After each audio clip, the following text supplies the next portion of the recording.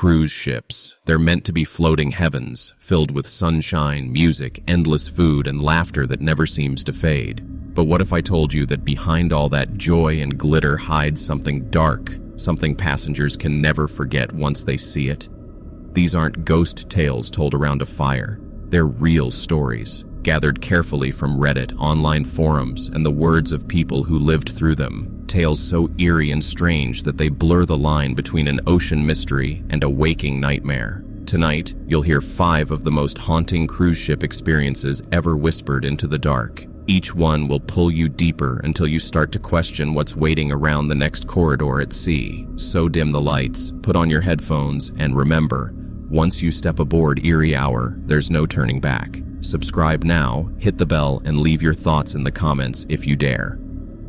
Story 1. Why are the lights flickering here? I muttered, stepping into the hallway. The ship's hum, usually soft and steady, sounded strange tonight, hollow and distant, echoing through the metal walls. The hall was empty, not a single person in sight. Yet I couldn't shake the feeling that someone was watching me. I'm Claire Donovan, 28, a freelance travel writer from Seattle. I'd booked the Sea Monarch cruise to recover after a messy breakup and to write an article about haunted ocean legends. I'm usually skeptical, rational, and calm, but that first night on Deck 7 made me doubt everything I believed. The trip had started like any other, passengers laughing by the pool, morning coffee clinking in mugs, the gentle sway of the ship over calm waters. Still, a few things felt off. Crew members avoided certain doors. Passengers gave odd looks toward hallways I hadn't gone through yet. I brushed it all off. I told myself it was nothing. But by nightfall, strange things began. The room numbers didn't match the deck map. Doors appeared where none should be. Some hallways seemed endless, glowing with dim yellow light that wasn't like the ship's normal fixtures. The air smelled faintly metallic, like iron mixed with seawater. That's when I first heard it. Whispers, low and muffled, coming from the far end of the hall. "Claire, come to Deck 7. My body froze. My mind told me it was a trick of sound, maybe the wind. But deep down, every nerve screamed that I wasn't safe. Still, I followed the voice, step by step, my heart racing. At the end of the hall, a cabin door stood slightly open, light spilling into the hallway. Deck 7 was supposed to be off-limits to passengers. Crew never explained why. On the doorframe, an old newspaper clipping was pinned. "Mysterious disappearances plague Sea Monarch. Deck 7 closed for safety." Its edges were yellowed and fragile, like it had been there for years. My breath caught. The whispers grew louder, clearer, but no one was there. Then, a faint shape appeared inside the room. An older man, dripping wet as if pulled straight from the ocean, staring right at me. His eyes were empty, but locked on mine. He lifted one hand, beckoning. I blinked, and he was gone. Silence filled the air, heavy and suffocating. Every instinct told me to run, to get back to Deck 5 where the lounge and pool were. But curiosity held me in place. I stepped inside. The cabin was empty except for one chair and an old life jacket resting over it. On the floor were crumpled papers, notes written in my handwriting. My heart stopped. I'd never been there before.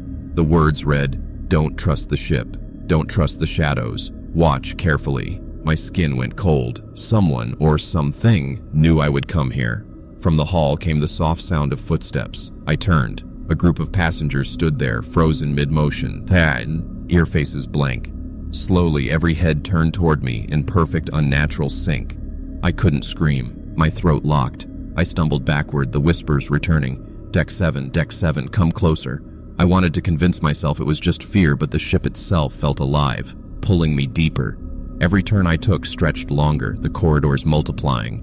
Somewhere far off, the ship's engines groaned, a deep, human-like moan that wasn't mechanical.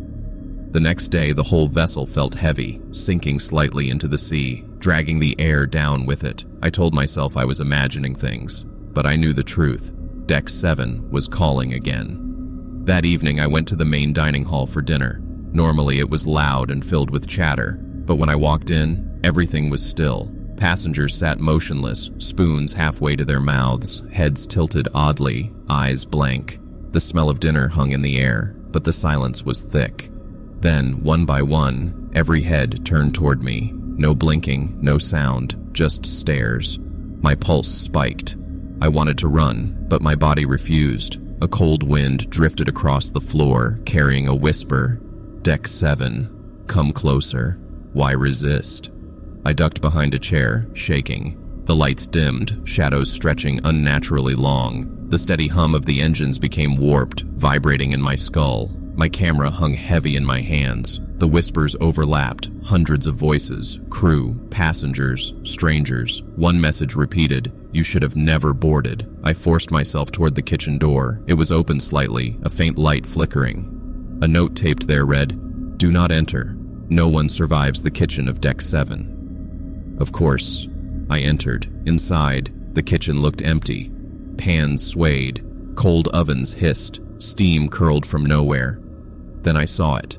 Someone standing at the counter. As I stepped closer, it straightened. My breath caught. It wasn't human. Its face kept shifting. Every person I'd met on the ship flashing across it. Suddenly, a door slammed behind me. The walls seemed to bend inward, alive. The ship screamed, a deep, vibrating sound from its core. I spotted a ladder leading upward and ran for it. The fog outside was thick, rolling over the deck like smoke. The ocean stretched below, black, endless, swallowing light. I climbed fast, my hands trembling. When I looked back, the creature wasn't moving, yet it was somehow closer, gliding toward me. My chest tightened. The fog reached for my legs, wrapping them in cold tendrils. A hand, freezing and wet, touched my shoulder. I turned, but nothing was there. Only fog, whispering my name. I had survived, for now, but the ship had taken something from me. I climbed higher. The ladder seemed endless. The air pressed heavy around me. At last, I reached a door. Authorized personnel only, Deck 7 maintenance. I pushed it open. Inside was a long, flickering hallway. Tools scattered, papers fluttering though there was no breeze. Lifeboats stacked high, ropes swaying into nothing. On a desk, an open journal. My handwriting again. It described everything I was doing, before I'd done it. Fog will claim the deck, the ladder loops, the ship chooses. My pulse raced. Then a shadow slid across the wall, flowing like liquid. Not human. I ran. Corridors twisted endlessly. Every door led to another wrong turn. The walls bent in impossible shapes. I banged my fists against them, screaming, but only my echo answered. The shadow followed, silent, patient. I burst into a cabin, the same one with the chair and life jacket. The newspaper clipping was still pinned to the wall. Curiosity. Always curiosity, the whispers said. I noticed a small hatch on the floor labeled Crew Emergency Exit. I pulled it open and climbed down. The air was damp, metallic, hot. Pipes hissed steam that formed ghostly shapes. A figure waited below, waving me down, but when I blinked, it vanished. At the bottom, I found myself in a storage bay, rows of crates and life vests forming a maze. The shadow rippled through the space, cutting me off. I ran blindly, my lungs burning. Then I saw a door labeled Deck 1 Emergency Exit. Hope. I sprinted, but something tall stood in front of the door, a man-shaped shadow with no face. It reached out, and my body froze. The fog poured in, wrapping my legs. I realized too late. The ship didn't kill. It absorbed. My vision bent. The walls folded in on me. My scream barely left my lips. I'm Claire Donovan, 28, travel journalist. I had reached the edge of terror. The shadow towered over me, bending space itself. Somehow I made it to the emergency door and flung it open. Cold ocean air hit my face. Real air. Hope.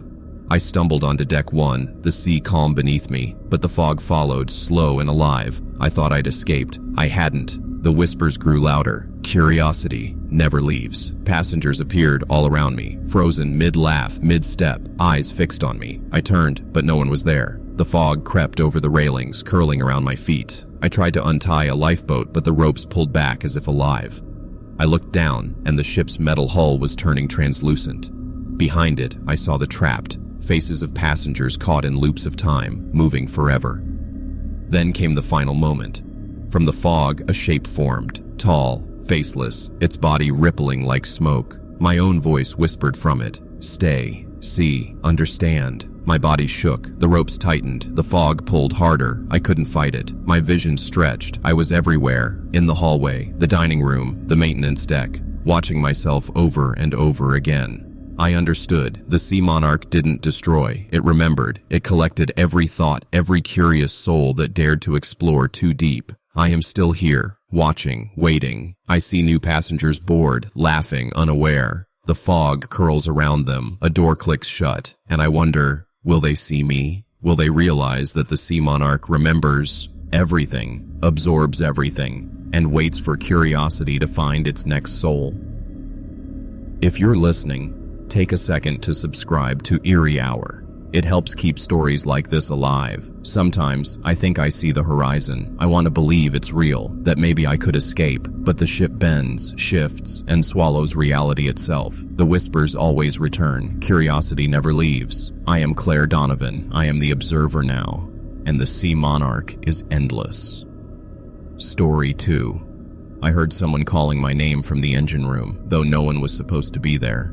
The memory still makes my skin crawl. The low metallic hum of the ship vibrated through my chest, blending with the echo of my own voice calling back. I don't know if I imagined it, or if the mariner's veil was already alive in ways passengers couldn't understand. My name is Caleb Hunter, 32, a marine biologist from Tampa, Florida. I study the ocean for a living, yet here I was on a luxury cruise far from my normal life. I hadn't wanted the trip, but after my fiance's death, my therapist insisted I take a break to clear my head and find peace. I chose the cruise for the quiet, the open water, and the thought that maybe no one would question my silence. I'm reserved, observant, the kind of person who notices the things others miss. Crowds make me uneasy, but something about the mariner's veil, the constant hum, the vast emptiness, pulled me in. That first night, everything seemed normal. Laughter echoed on the promenade deck, the smell of roasted meat drifted from the dining hall, and the neon lights reflected off the calm waves. I walked alone, listening to the soft rhythm of the engines beneath my feet. But even then, small things felt wrong. A locked door left slightly open, a child's shoe sitting in the middle of a corridor, facing the wrong way. I told myself it was nothing, just people being careless. The first real incident happened in the elevator. I was heading down from the observation deck late at night. I pressed the button for deck 7, but it stopped on deck 3 instead. The doors opened to an empty hall. Red emergency lights flickered, painting the walls in a dull, bloody glow. The hum of the engines was stronger here, so strong I could feel it in my bones, like the ship was breathing. I stepped out, confused. The corridor was far longer than it should have been. When I turned back, the elevator was gone. Doors sealed. The emergency phone was dead. I walked slowly, flashlight shaking in my hand. The air smelled of oil and salt. Then came a sound, faint scratching, slow and deliberate, like nails dragging across metal. I froze. The corridor was empty. I called out, but my voice was swallowed by the vibrating walls. No answer. That was just the beginning. Each night after, strange things happened. Objects in my cabin moved when I wasn't looking. A dry towel left on my bed would reappear soaked on the balcony rail. I began hearing muffled voices in the air vents, some laughing, some crying. Sometimes they said my name. I started keeping a journal, noting every detail, trying to make sense of it. But what scared me most was the sound of the engines. The vibrations weren't random anymore. They felt like a rhythm, a language. By the fourth night, curiosity overtook fear.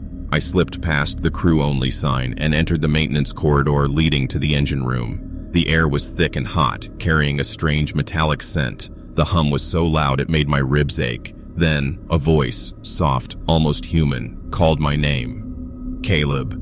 My stomach dropped. No one else was there. I should have run, but something pulled me forward. My flashlight caught movement ahead, a shadow slipping out of sight. Its shape was wrong, like liquid trying to imitate a human. On the walls, I saw handprints pressed into the steel, hundreds of them, stretching down the hall, some small, some large, all imprinted like memories burned into the ship itself. The scratching so unreturned, faster now. A light flickered above me, revealing a metal hatch slightly open. The hum grew higher, pulsing in rhythm with my heartbeat. From inside, whispers spilled out, voices overlapping, familiar and strange all at once. I climbed down, my hands trembling. The maintenance bay below was cold, the air dense and metallic. A pale figure stood in the corner, still as stone. My flashlight flickered and it vanished. Silence pressed against my ears until a whisper echoed inside my head. Do not follow or stay forever. My chest tightened. The truth hit me hard. The Mariner's Veil wasn't just a ship. It was alive. It remembered, and it wanted to be seen. The next morning, the air felt different. The hum in the floors was sharper, the vibrations almost aware. Passengers went about their day, laughing and drinking, blind to what I knew. I told myself I was imagining it, that grief had twisted my perception. But the evidence in my notebook said otherwise. That afternoon, I found myself back at the corridor to the engine room. It was longer than before, the lights flickering like a pulse. The metal walls were wet, streaked with condensation and faint rust veins. I walked carefully, heart pounding. The scratching started again, following me down the hall. The same pattern, slow, then frantic. I found the hatch and pushed it open. Cold air spilled out, smelling of iron and salt. "Caleb," the voice whispered again. I climbed down. At the bottom was a small, dim bay, pipes dripping water that shimmered red under emergency lights. A notebook lay on the floor, soaked through. I picked it up. The pages were full of names, passengers from years past. Some names were fresh, others dated back decades. Each had a note beside it. Gone, missing, never found. I shuddered. The ship was keeping track. It remembered every person it had taken. Footsteps echoed behind me. I spun. Flashlight trembling. Nothing. The air buzzed with whispers, dozens of them, overlapping, speaking in voices that weren't human. Curiosity binds you here. I backed toward the ladder, but the shadows along the walls stretched and twisted, forming shapes like people watching from the edges. I could feel their eyes. The hum rose in pitch until it rattled my teeth. I turned to climb, but the pale figure was there, blocking the exit. Its hollow eyes stared right through me. Its mouth moved, forming words I couldn't hear. My flashlight blinked once, and the figure vanished. The hatch slammed shut with a metallic echo. I scrambled upward, panic in my throat, the ladder stretching longer and longer until it felt endless. When I finally reached the top, the corridor had changed. The lights blinked between white and red, and the walls pulsed faintly, like a heartbeat. I ran for the deck. The air outside was thick with fog, rolling over the rails in waves. The hum of the ship was deafening. Then I noticed footprints appearing in the mist, small, uneven, leading toward the bow. I followed, not thinking, driven by something between fear and need. A voice whispered from the fog, "Don't look back." But I did. The deck had warped, bending in impossible curves. Shapes moved within the mist, pale, faceless figures reaching toward me. I wanted to scream, but no sound came out. The metal beneath my feet vibrated in rhythm with the tapping, steady, deliberate, like a heartbeat counting down. A voice came over the PA, calm and emotionless. "All passengers, please return to your cabins." But the corridors behind me had changed. Doors that led to rooms now opened to black emptiness. Some were sealed tight, others opened to endless fog. Faces formed in the mist, mouths opening silently. I stumbled into the observation lounge, desperate for another person. Empty. On a table, a journal sat open, its last words scrawled in haste. "The ship remembers, curiosity feeds it, never wander alone." Something scraped across the floor. I turned. The shadows were crawling, stretching toward me like black water. The tapping sound grew faster, echoing through the walls. I bolted for the stairwell, my breath shallow, my mind spinning. That night, I didn't sleep. Every time I closed my eyes, I saw faces in the windows, reflections that weren't mine. Eyes staring from behind the glass, hollow and endless. That's when I understood. Curiosity was the trap. The more you noticed, the deeper the ship pulled you in. The Mariner's Veil didn't need to chase you. It waited until you looked. If you're listening, take a second to subscribe to Eerie Hour. It helps keep stories like this alive. But be careful. The curiosity that keeps you watching might be the same force that keeps the ship awake, waiting for its next guest. By dawn, I knew one thing. Whatever haunted this vessel wasn't trapped in the engine room. It was everywhere. It watched, listened, and waited. By the third night aboard the Mariner's Veil, the ship no longer felt like a cruise. It felt like a prison made of steel and memory. Every hallway twisted differently. The hum beneath the floors was no longer background. It was a pulse, slow and alive. My cabin was gone, or maybe it was somewhere else now. I wandered for hours, clutching my flashlight like a weapon. I avoided mirrors because they lied. In their reflections, I saw people who weren't there, faces familiar but hollow. Shadows moved behind me even when I stood still. The first real danger came when I reached the observation deck again. A section of the railing had opened, revealing a narrow staircase spiraling down into the dark. It shouldn't have been there, but curiosity dragged me closer. The air below was cold and damp. The staircase twisted endlessly. The dripping water echoed like the tapping I'd heard below decks. At the bottom, I found a small room lined with life jackets, hundreds of them. Each had a name right, 10 in dark ink, names of passengers I'd seen that morning, some crossed out, some written twice. I realized what it meant. These weren't just safety gear, they were records, proof of who the ship had taken. A whisper crawled through the cold air. "Caleb, don't touch the records." My breath froze in front of me. The pale figure glided between the stacks, its arms stretching unnaturally long. I ran. The staircase looped and twisted, leading me back to hallways that made no sense.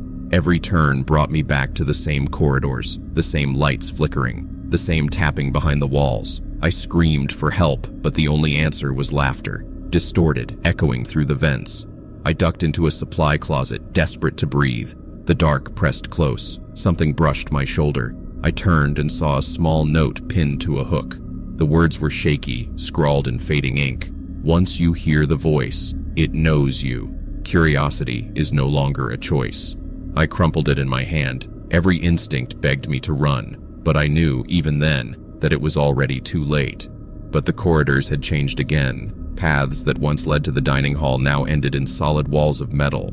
Doors that should have opened to upper decks now revealed only dark tunnels stretching into endless black, narrowing and twisting like the insides of a living creature. The whispers came back louder this time, overlapping voices of passengers, crew, and something far older.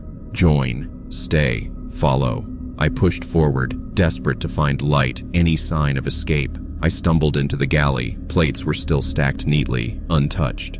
The warm smell of food was gone. In the reflection of the metal ovens, I saw figures standing behind me, dozens of pale faces staring silently. When I turned around, the room was empty. My pulse quickened. I remembered the observation deck and ran toward it, but stopped dead when I saw someone in the mist ahead. Mara, or something wearing her face, stalled. Odd there, eyes hollow, mouth moving without sound, like she was trying to speak in a language I could feel but couldn't hear. The fog twisted around her feet like smoke. Behind her, the ocean stretched unnaturally far, the horizon folding, bending, showing stars that didn't exist above us. "Caleb," she whispered finally, her voice thin and trembling. "You shouldn't have come here. The ship doesn't forget. It feeds, it traps, and it wants." Her words faded as the tapping began again, slow, deliberate, counting. This time, it came from every direction. The shadows gathered, forming shapes that moved like liquid, crawling toward me. I ran, not thinking, turning through corridors that changed every few steps, through doors that led nowhere, until the floor shifted beneath me. It wasn't a fall. It was like the ship itself opened and swallowed me whole. I landed in a cold, dark chamber. Rusted pipes dripped from the ceiling, puddles of oily water covered the floor, and the air smelled thick with decay. Shapes stirred in the dark. People, or what was left of them, passengers I had seen before, faces pale and drained, eyes empty. Some reached toward me, others simply floated, silent and still. I screamed, slamming my fists against the walls, but the tapping only grew louder, syncing with my heartbeat, echoing through my skull. The room stretched, twisting like it was alive, tightening around me until I could barely breathe. The truth hit me all at once. The ship wasn't just alive, it was aware. It had claimed me. The Mariner's Veil didn't just hold bodies, it trapped thoughts, memories, and perception itself. Those who heard its voice, who followed curiosity too far, never truly left. They became part of the labyrinth, echoes of themselves. I knew then that escape wasn't possible. By the fourth night, I had stopped keeping time. The ship had become an endless maze of corridors that bent like nightmares, stairwells looping into themselves, doors that led only to shadows. Every path ended where it began. The same observation deck, the same balcony overlooking an ocean that stretched into forever, glowing under a sky that wasn't quite day or night. The engines no longer hummed like machinery. They pulsed like a heartbeat that vibrated through my chest, steady and alive. I had stopped looking for other passengers. Some appeared in corners, pale and silent, following from a distance, fading when I tried to face them. Others whispered through vents, their voices familiar yet warped, calling my name like echoes from a dream. The air grew colder with every hour. The metallic taste of the ship never left my mouth. Fog rolled in from the ocean again, thick and breathing, curling through corridors, wrapping around me like hands. Shapes moved inside it, faces, arms, flickers of movement that always disappeared when I blinked. I realized then that the ship didn't just trap flesh, it trapped attention, fear, curiosity, feeding off those who noticed too much. I found a hatch I hadn't seen before. Its warning label faded almost to nothing. My curiosity, the same force that had ruined me, made me open it. A spiral staircase wound downward, deeper than any part of the ship I had explored. The dripping of water echoed in the dark. Pipes rattled above me, carrying that same heartbeat hum. And then came my name again. Caleb. The voice was faint, but real. The staircase ended in a long, impossible hallway. Cabins lined both sides, all identical but each decorated differently. Some bright and luxurious, others empty and cold. Every door was cracked open. Inside each room stood passengers frozen in time, caught mid-action, laughing silently, staring blankly, as sleeping with their eyes open. They weren't alive, yet they weren't gone either. The soft tapping echoed down the hall, steady and counting. I stepped forward, breath shaking. From one of the rooms, a figure appeared. Pale, female, still. I knew her. Mara again, or what was left of her memory. Her eyes met mine. "The ship collects," she whispered. "The curious are next." Her lips barely moved, but her words chilled me to the bone. I stumbled back, and the hall began to warp. Doors stretched into the distance. Walls curved and rippled like waves, and the floor moved beneath me. I ran again, turning through corridor after corridor, until I burst onto the upper deck. The air hit me, cold and sharp. The ocean glowed with strange light. Stars reflected in the waves, but some of them drifted upward, climbing into the sky like sparks in reverse. The tapping followed, faster now, closer. Shadows crawled along the railings, twisting together into vague human shapes that whispered and hissed my name. I ran toward the bridge, hoping for answers, for someone, anyone. It was empty. Screens flickered with static, showing frozen images of people who had boarded long ago, their faces blurred, motionless, forever trapped. Then I understood. The Mariner's Veil had no destination. It didn't sail. It hunted. It collected those who were curious, those who looked too closely. The crew wasn't gone. They were part of it now. The passengers, too. Lost inside endless loops, fragments of themselves repeating forever. And now, I was one of them. I tried the radio, my phone, anything that could reach the outside world. Nothing. Beyond the railing, the ocean stretched endlessly, a mirror to a sky that never changed. And then I saw it, a dark silhouette rising from the water, massive, almost human in shape, watching me from the waves. My body froze. I turned away, heart pounding, as the dhows began to close in from behind. I ran toward the bow, across slick metal, chasing what little light remained. The ship groaned, twisting around itself, hallways folding, stairwells bending into impossible shapes. My cabin was gone. My world was gone. The ship had me now, just as it had all the others. Yet in the distance, through the fog, something shimmered. A door I hadn't seen before, glowing faintly, waiting. A faint hope flickered in my chest, but every part of me screamed that the light was just another trick, another trap for the curious. I stopped, breath trembling, heart racing, and the tapping echoed through my bones. The shadows along the railing shifted and took shape, forming faces I knew, faces filled with frozen fear and silent waiting. My reflection stared back at me in the glass of the observation deck doors, pale and hollow-eyed, as if already part of the ship. That's when I finally understood. The Mariner's Veil wasn't just a ship, it was endless, patient, and alive. Escape was never real. It fed on attention, on fear, and once someone noticed it too deeply, they became a part of it forever. I stepped back, trembling as the shadows moved closer. A soft voice whispered, calm but chilling, "Your curiosity brought you here." That's when I knew the truth. Even if I somehow got out, no one would ever believe me. The memory of this place would never fade. The Mariner's Veil would wait for the next curious soul, drawn by the same urge to understand, the same foolish need to know. I can barely stay conscious now. The corridors twist endlessly. The tapping grows louder, steady, deliberate. 3 slow, 1 pause, 2 sharp. It's closing in. I know I'm already part of it.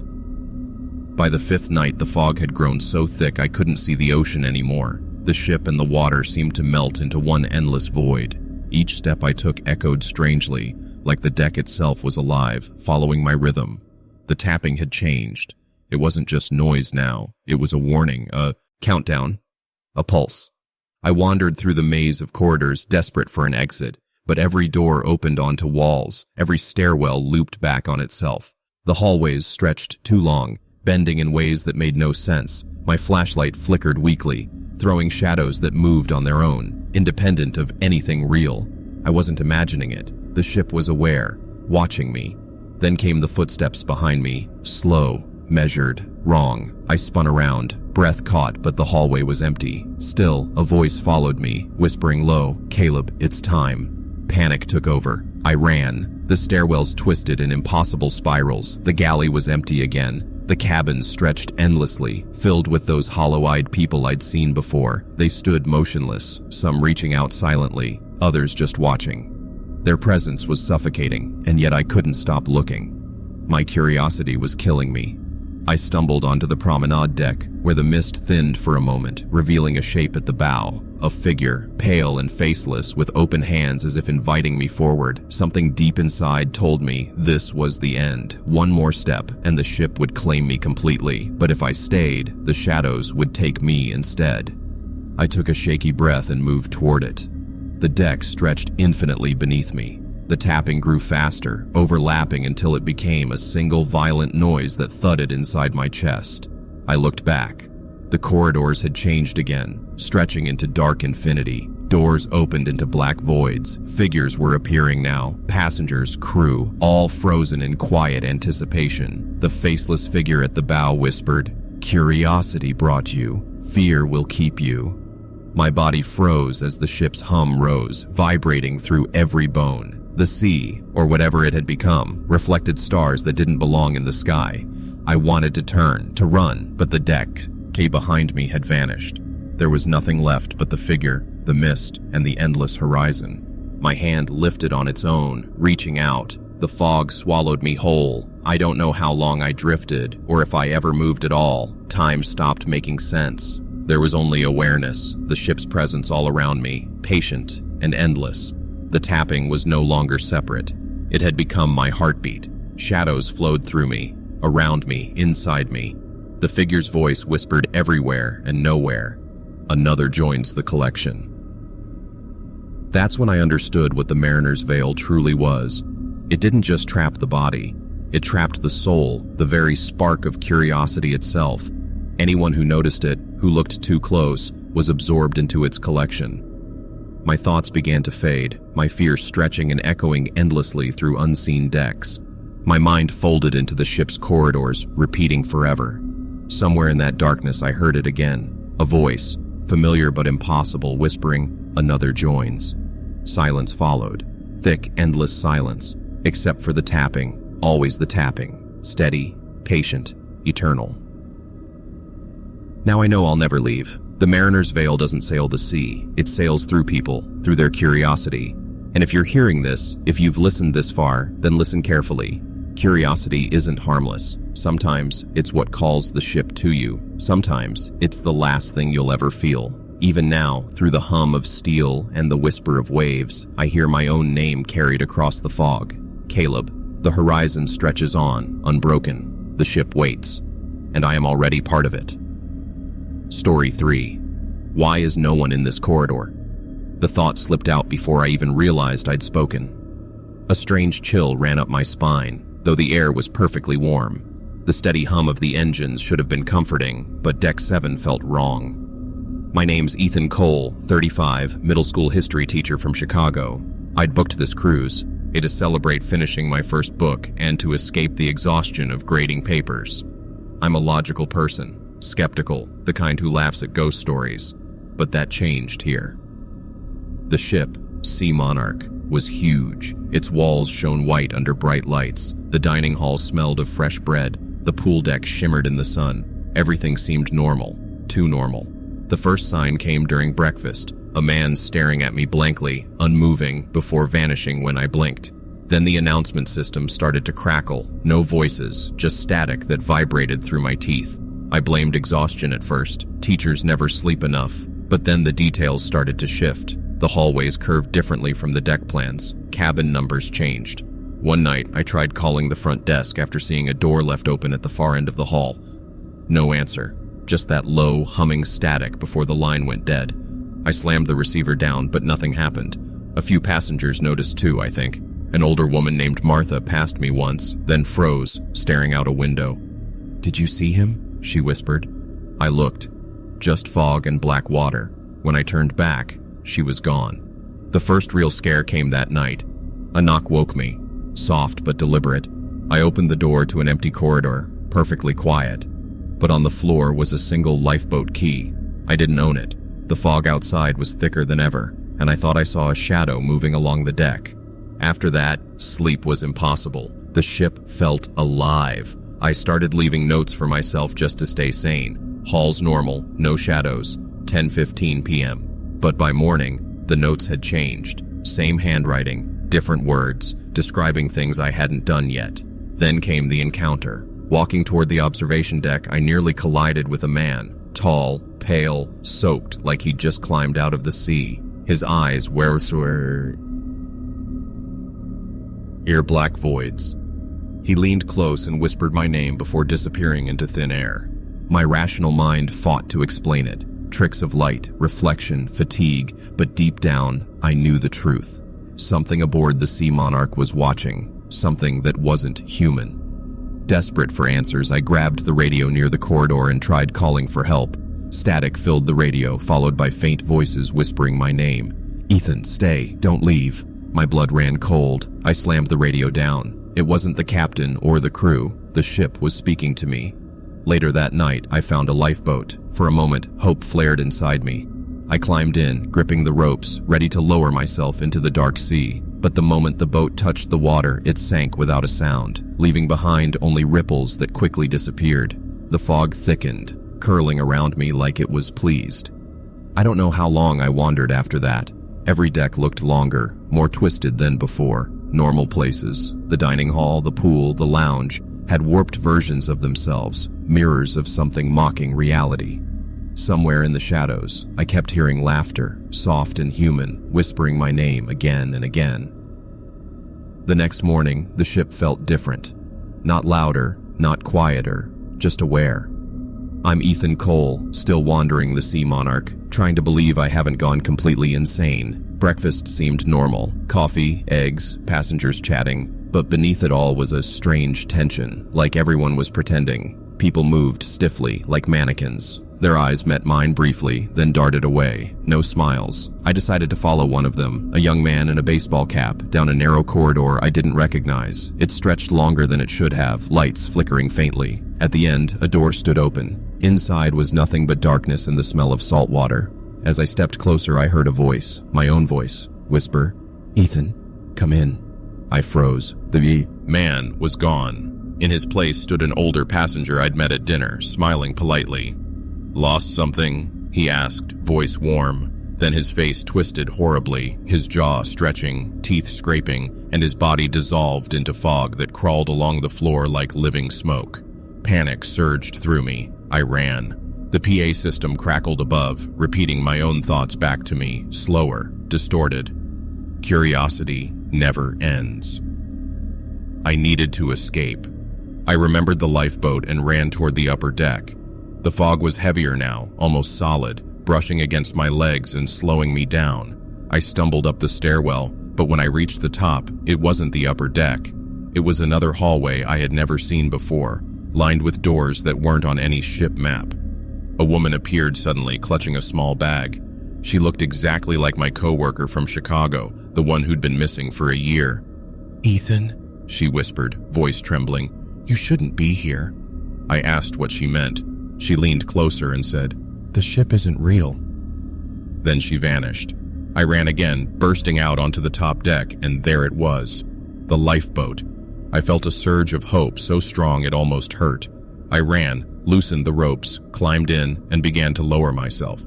For a moment I thought I was free, but as soon as the boat touched the surface, it didn't float. It sank straight down, the black water swallowing it whole. I realized then there were no stars, no waves, no ocean at all, just the ship and the fog, stretching forever. Desperate, I grabbed another radio from the crew corridor. Static again, then a faint voice whispered, "Ethan, the ship watches. The ship knows." I threw the radio, fear burning through me. The ship was alive. It wasn't just haunting me. It was toying with me. By nightfall, the corridors had changed again. The halls I'd walked that morning were gone. Stairs twisted and impossible. Ways. Doors appeared and vanished. Familiar rooms like the dining hall or pool now looked wrong, distorted copies of themselves. I saw others too, passengers I'd met before, frozen mid-step, staring blankly into nothing. Others weren't real at all. Transparent shapes, faint silhouettes of what the ship had already devoured. One reached for me, but when I blinked, it vanished. The ship fed on being watched, and I was its newest meal. Then I saw it, a door slightly open, glowing faintly with golden light. It wasn't on any map. My heart raced. Maybe it was a way out. I stepped closer, trembling as whispers rose around me, layered, echoing my name. I reached for the handle, but before I could touch it, the door slammed shut. The echo still rings in my ears. I can still feel the pull of that hallway, the one that shouldn't exist. I'm Ethan Cole, 35, still trapped on the Sea Monarch, and I've realized nothing here obeys the rules of the real world. Every step I take, the deck shifts. Every corner I turn, the hallways stretch and twist. By the third day, the changes weren't subtle anymore. They were impossible. I passed the dining hall again. The tables were set, food untouched, coffee gone cold. A family sat there mid-laughter, but they were frozen like statues, their eyes black and hollow. I blinked, and they vanished. Only the scent of burnt sugar lingered. I tried using the stairs again, thinking maybe I could climb high enough to escape, but every flight seemed longer, stretching endlessly. When I reached the top, the fog was thicker than ever. That's when I saw him, the captain, or something wearing his face. His uniform was torn, soaked, his eyes two black pits. "You shouldn't be here," he said softly, voice echoing like 1,000 whispers in a tunnel. I tried to answer, but my voice came out wrong, slow, distorted. "Ethan, you're lost," he said again, stepping closer. A wall appeared behind me where the railing should have been. I turned and ran. My heartbeat roared in my ears. The photo G followed like a living thing, curling around my legs. I found another lifeboat, my last chance. I loosened it, climbed in, and lowered it slowly, praying for calm water. But the water wasn't water. It was a black emptiness. The boat sank the moment it touched. I gasped, backing away, and heard footsteps behind me. Slow, deliberate, not mine. I turned.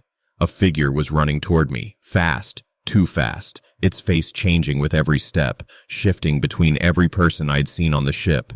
I bolted into the nearest corridor, the ship bending around me, walls stretched, doors vanished. I stumbled into a room, a crew lounge, or what looked like one. It was empty except for a chair and a notebook. The pages flipped on their own, though no air moved.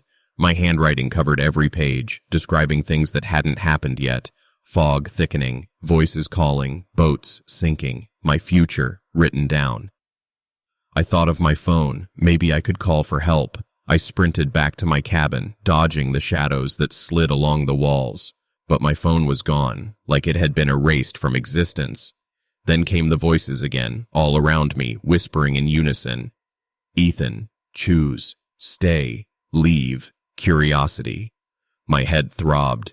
I covered my ears, but the sound came from inside my skull. The ship wasn't around me anymore. It was inside me. I ran, desperate, until I found a corridor that looked normal. Bright lights, carpeted floors, familiar paintings. For a moment, I believed I'd escaped. I heard laughter, real human laughter. I followed it. The corridor looped. I stopped, breath caught. I was standing in front of the same lifeboat again. Only now, someone was waiting beside it. A tall figure, half hidden by fog, smiling faintly. "You can leave," it said softly, "if you're brave enough to step into the water." My heart pounded. One step could save me, or end me. The fog curled tighter. I took a deep breath and stepped forward. When I hit the water, I felt nothing. No cold, no wetness, just weightlessness, like floating in heavy air. I'm Ethan Cole, 35, history teacher, and I know now that the Sea Monarch isn't a ship at all. Above me, the fog twisted like a living thing. The ropes dangled into nothing. I tried to swim, but the water didn't move. My arms felt delayed, like time was bending. Maybe I was sinking, or maybe the ship was rising, swallowing the world around me. A voice came from the mist, soft, distorted. "Ethan, you can't leave, but you can see." I tried to speak, but my words were stolen before they formed. Shapes moved in the fog. Passengers, crew, faces I knew and faces I didn't. They circled me slowly, watching. Some smiled, others whispered. I saw the captain again, standing impossibly tall, eyes hollow. "Choice," he said. "Leave and vanish. Stay and see." I reached for the lifeboat again, desperate. The rope stretched, pulled toward the fog, and then something, my own hand, appeared from the mist, grabbing my shoulder. My reflection whispered, "Why fight it?" When I hit the water, I felt nothing. No cold, no wetness, just weightlessness, like floating in heavy air. I'm Ethan Cole, 35, history teacher, and I know now that the Sea Monarch isn't a ship at all. Above me, the fog twisted like a living thing. The ropes dangled into nothing. I tried to swim, but the water didn't move. My arms felt delayed, like time was bending. Maybe I was sinking, or maybe the ship was rising, swallowing the world around me. A voice came from the mist, soft, distorted. "Ethan, you can't leave, but you can see." I tried to speak, but my words were stolen before they formed. Shapes moved in the fog, passengers, crew, faces I knew and faces I didn't. They circled me slowly, watching. Some smiled, others whispered. I saw the captain again, standing impossibly tall, eyes hollow. "Choice," he said. "Leave and vanish. Stay and see." I reached for the lifeboat again, desperate. The rope stretched, pulled toward the fog, and then something, my own hand, appeared from the mist, grabbing my shoulder. My reflection whispered, "Why fight it?" The fog closed in. The ship, the sea, the sky, all gone. My limbs moved through air thick as water. The figures around me watched in silence. Then, through the haze, I saw it again. A door, slightly open, light spilling out. Familiar, impossible. I ran, stumbling, the whispers chasing me. Curiosity brought you. Curiosity binds you. I reached the door. Every part of me screamed to stop, but curiosity won. I pushed it open. Inside was light, still, quiet, warm. I stepped through. The fog didn't follow. The whispers stopped. I floated, weightless but aware, seeing everything. Outside, the ship twisted endlessly, passengers looping through time. I understood. I hadn't escaped. I'd only changed. I could see now, the lifeboat sinking, the corridors bending, the passengers repeating their stories forever. I was part of the observation, tethered but alive. Watching, waiting. If you're hearing this, take a second to subscribe to Eerie Hour. It keeps stories like this alive. I understand now, the ship doesn't destroy. It transforms. Those who disappear become its memories, its patterns. I'm still here, still Ethan, but different.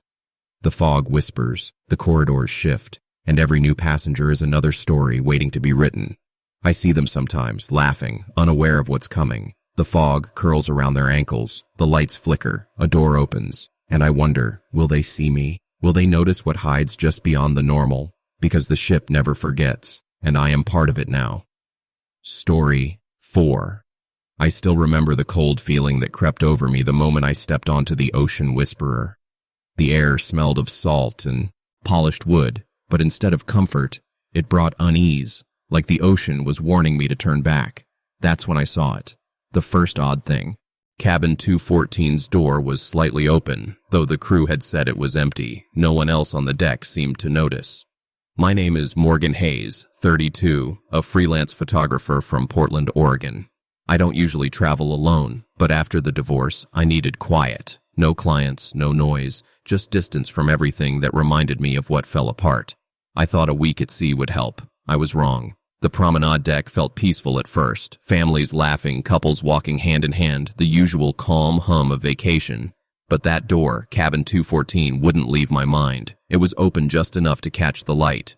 When I looked closer, I saw the faint flicker of the room's lamp. The room was supposed to be empty. Curiosity pushed me forward. I touched the door, and it creaked softly as I stepped in. Inside, it looked normal. Bed made, blankets folded, plain artwork on the walls, the kind that made you forget where you were. But the air was colder inside, and I heard something, a faint whisper, softer than breath. "Leave or stay." I froze. The room was empty. I laughed nervously, convincing myself it was the air vent. I took a quick photo instinctively, just to prove to myself it was real. But on the camera screen, the room looked darker, and shadows curled along the edges, like something hiding just beyond sight. Dinner that night felt almost normal. I sat with a couple I'd met earlier, chatting about ports and sightseeing. It was a relief to hear laughter again, to feel normal for even a moment. But just as I raised my glass, the waiter leaned close and whispered quietly, "Cabin 214, don't go back." I froze. I tried to laugh it off, but my pulse didn't slow. Later, I walked the upper deck. Fog drifted in, thin at first, harmless. Passengers moved past me, calm, unaware. But I noticed a man in a dark coat standing at the railing, hat pulled low. Every time I blinked, he was gone. By the time I reached my cabin, number 302, the door was slightly open, like 214 had followed me. Inside was empty, except for a note on the desk. Some doors are meant to be left closed. I didn't touch it. I left, my heart racing. The hallways had changed. Cabin numbers were wrong. 215 came before 213. My footsteps echoed strangely, like the walls were breathing. I stopped to listen. There was laughter somewhere, soft, distant, but wrong. Not people laughing, layers of sound blending, overlapping. Then, a whisper. "Morgan." I spun around. Empty. My flashlight flickered, and the air thickened. The ship had changed. It moved differently, almost aware of me. I wanted to believe I was tired, imagining things, but deep down I knew I had already crossed into something I couldn't leave. I didn't sleep that night. Every creak of the metal hull sounded alive, every hum deliberate. Somewhere far down the hall a door slammed, cabin 214. Or was it mine? The fog pressed against the window, swirling into faces I half recognized. That's when I realized the Ocean Whisperer wasn't a cruise. It was a trap, dressed in luxury. The second day started bright and ordinary. The dining hall buzzed with noise, the smell of pastries and coffee filling the air. For a moment, I convinced myself it had all been a dream, but the note on my desk stayed burned in my mind. I sipped my coffee, pretending I didn't feel watched. Then I saw him again, the man in the dark coat, standing at the far end of the room. I blinked. He vanished. I decided to explore the ship in daylight, hoping reason would return. The decks looked normal, but corridors twisted wrong, stairwells looped back on themselves, and cabin numbers repeated. Each change sent a chill through me. By mid-morning, I found myself near 214 again. The door was shut this time, but a faint draft seeped from it, carrying a smell of salt, and decay.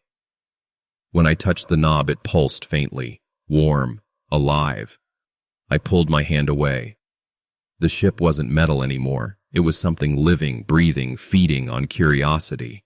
I tried to shake it off and wandered into a mid-deck lounge, where I met Thomas, a retired engineer. He joked about how confusing the ship's layout was. For a moment, I laughed. It felt normal again. Then the doors of the lounge slid open, and someone stepped through. Pale skin, too tall, too quiet. I blinked, and they were gone. Thomas brushed it off, but I saw the fear in his eyes. By afternoon, things got worse. Shadows moved against the light. Passengers stared at nothing, whispering words I couldn't hear. I tried to go back to my cabin, but the hallway had changed. My door led somewhere else, a corridor lined with repeating doors, all marked 2 and 14. Every room looked the same, yet wrong. A tilted picture frame, footprints that led nowhere, whispers that echoed when no one spoke.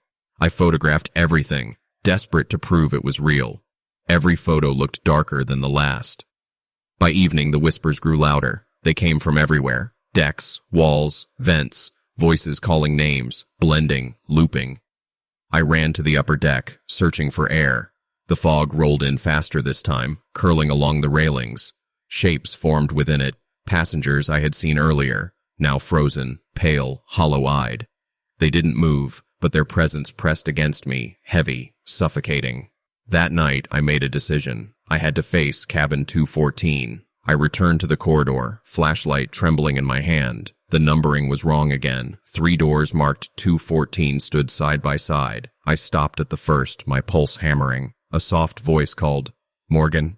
I pushed the door open. Inside, the bed was made, neat, harmless. But then the room shifted. The air bent. The walls moved closer. A whisper grazed my ear. "Come closer." I stumbled back and opened the second 214. The bed was unmade. A figure sat on the edge, face hidden. "You shouldn't have come back," it said. The voice was too calm, too human. And I ran to the third door, yanked it open, empty, until the door slammed shut behind me. The lights flickered. The walls began to scratch, circling me. I banged on the door, screaming, but the handle wouldn't move. The scratching turned into whispers. "Curiosity brought you. Curiosity keeps you." The words wrapped around me, closing in. I realized then the ship wasn't just cursed, it was hungry. Cabin 214 wasn't a room. It was a trap, a mouth waiting for someone like me. The deck rumbled beneath my feet. The ship shifted, alive and aware. My heartbeat matched the hum of the metal. Then a sudden metallic clang broke through the noise, and the door swung open. I stumbled out, gasping. The hallway was empty again. Mist drifted through the corridor. Doors lined the wall, all marked 214, all slightly open. One whispered my name again, "Morgan." I realized with dread that this night would never end. Cabin 214 was everywhere and nowhere, moving and shifting, waiting for me.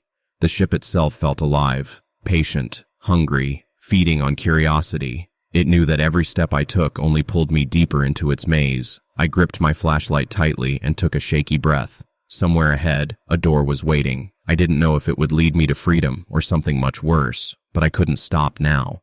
Sleep had left me. The hum of the ship vibrated beneath my feet, steady and rhythmic, syncing with my heartbeat. Even when morning came, the hallways bent in strange ways that didn't make sense. Maps were useless, signs lied, stairwells looped endlessly, leading to decks that shouldn't exist. I am Morgan Hayes, 32, a freelance photographer who thought she could escape her life for a week. But the Ocean Whisperer had other plans. Cabin 214 had become a haunting presence, following me like a shadow I couldn't shake. Even when I avoided that section of the ship, I felt it close behind me, watching, waiting. By the third night, the whispers were everywhere. They came from the walls, from inside the vents, even through the ship's speakers. Sometimes they were voices I recognized, people I had met at dinner, laughing, calling out names. Other times, they were strangers, whispering things I couldn't fully understand, begging me to stop, to look closer, to leave. I tried to stay distracted. One morning I went for coffee. The dining hall was nearly empty, sunlight spilling across the tables. Everything looked normal for a second, silverware neatly placed, cups aligned. But then I noticed 3 chairs in a small circle, gently rocking, as if someone had just stood up. No one was there. The engine's hum changed pitch. It didn't sound like machinery anymore. It sounded alive, intentional. I hurried back to my cabin, hoping to ground myself, but the hallway stretched and bent as I walked. Door numbers flickered, repeating and skipping, until once again 214 appeared, closer than it should have been. I stood there, knowing I shouldn't go in, but unable to resist. Inside, the room was different this time. The bed was pushed against the wall, a chair upside down on the floor, and shadows moved in corners that didn't exist before. Then I saw it, a notebook on the desk, open. The pages were filled with my own handwriting, describing things I hadn't done yet, moments that hadn't happened. Each line was more detailed than I could remember writing. One phrase stood out in bold. "Do not leave. The ship knows you." My hands trembled. I dropped the notebook, my heart pounding as the air thickened. The walls seemed to breathe, the floor creaking in rhythm with the whispers. A shape stood near the window, the same pale, tall man from before, his face hidden by a hat. He raised a long, thin finger toward the door and whispered, "Curiosity is not harmless." My pulse spiked. I bolted from the room, Volt, ashlight shaking in my grip. The corridor twisted endlessly, lined with more doors marked 214. Each one whispered my name as I ran. A door slammed behind me, echoing like thunder. When I turned, the hallway had shifted again. The door I'd exited was gone, replaced by another identical 214, perfectly still, perfectly silent. I tried to convince myself it was exhaustion, stress, but that illusion shattered when I reached the mid-deck. A young woman stood by the railing, one I'd seen at breakfast earlier. Her skin was pale, her body unnaturally still, her gaze lost in the fog. I approached carefully. Her lips moved, but I couldn't hear her words. Then she turned, and I realized she was calling my name in my voice. Terror gripped me. I ran, cutting through endless corridors and down stairwells that spiraled downward far too long to be real. The PA system hissed, and the captain's voice echoed through the speakers. "Welcome aboard the Ocean Whisperer. Enjoy your stay." But the tone was wrong, slow, distorted, mocking. It wasn't a man's voice anymore. It was the ship itself. Time lost meaning. I found myself on the top deck again, surrounded by fog so thick it pressed against my skin. Through it, I saw figures moving, passengers and crew, frozen mid-step, their faces blank, their eyes glassy. Doors marked 214 floated along the railings now, suspended in the mist. I finally understood. The ship wasn't sailing through the sea, it was drifting through something else, something built from fear and memory. It didn't need an ocean. It sailed the minds of its passengers. I stumbled toward a lifeboat, desperate to escape. But when I looked out, the water below wasn't water at all. It was black, endless, swallowing light. The ropes swayed, though there was no wind, no motion. The world outside didn't exist anymore. Leaning against the lifeboat wall, I heard a whisper behind me. "One mo, re-choice." I turned and froze. 3 doors stood upright on the deck, far from the rails, glowing faintly in the fog. Each one marked 214. My chest tightened. One door could mean freedom. The others, something else entirely. My heartbeat matched the tapping that came from somewhere in the mist, steady, deliberate. Then one door creaked open on its own. A hand reached out, pale, shadowed, trembling. The fog pressed close around me, heavy and alive. My name echoed softly through the air. I am Morgan Hayes, 32, a photographer who thought she could run from her life for a week. But this ship, this ocean whisperer, had plans of its own. The hand hovered in the air, its outline stretching impossibly long. I felt it tugging at me, pulling at my curiosity, offering answers, maybe even freedom. I wanted to resist, but something inside me stepped closer.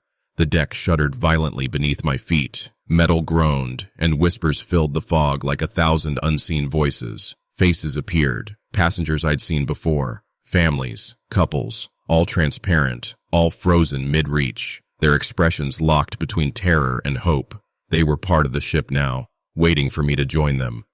I ran. Doors and faces blurred around me. The PA system spoke again, repeating my thoughts in my own voice. Step forward. Step forward. Every corridor twisted back on itself. Every exit led to more doors marked 214, each whispering, promising something I couldn't name. The note's warning replayed in my mind. Some doors are meant to be left closed. I wanted to believe I could still escape, but the ship pulsed around me like a living thing, and the whispers knew my name. Then I saw one last door, different from the others. Its paint was cracked, the handle rusted. I didn't want to touch it, but something deeper than fear guided my hand. The moment I did, the fog exploded around me, swallowing everything. The whispers turned to screams, layered, endless, calling me home. A chorus of voices echoed through the walls, passengers lost to the ship's hunger. I pulled the door open, my hands shaking. Inside, there was nothing, or maybe something beyond my understanding. The room stretched endlessly, walls fading into blackness, ceiling gone. I saw my reflection in the polished floor, my own wide eyes staring back, trembling. But then the reflection moved on its own. It lifted a hand, warning me, then smiled. A voice whispered from everywhere at once, soft and calm. Curiosity brought you. Only curiosity can save you. My heart pounded. Panic clawed at me. I stumbled backward. Behind me, the hallway twisted, bending like something alive. Doors floated in midair, swinging open one by one. Inside each, I saw glimpses of passengers, some screaming, some silent, their eyes fixed on me. The ship was hungry for attention, feeding on every emotion, and now it had chosen me. I turned, desperate for escape. One of the doors, the one with the cracked frame, glowed faintly, pulsing like a heartbeat. I stepped through. The air grew cold, sharp as broken glass. For a moment, silence wrapped around me. Then came a knock from the far corner, another, closer. I froze. If you're listening, take a second to subscribe to Eerie Hour, I whispered to myself, half in fear, half to stay sane. Saying it out loud grounded me, like a thread holding me to reality. But the knocking grew louder, faster, impatient. The shadows on the walls began to stretch, forming shapes that weren't human.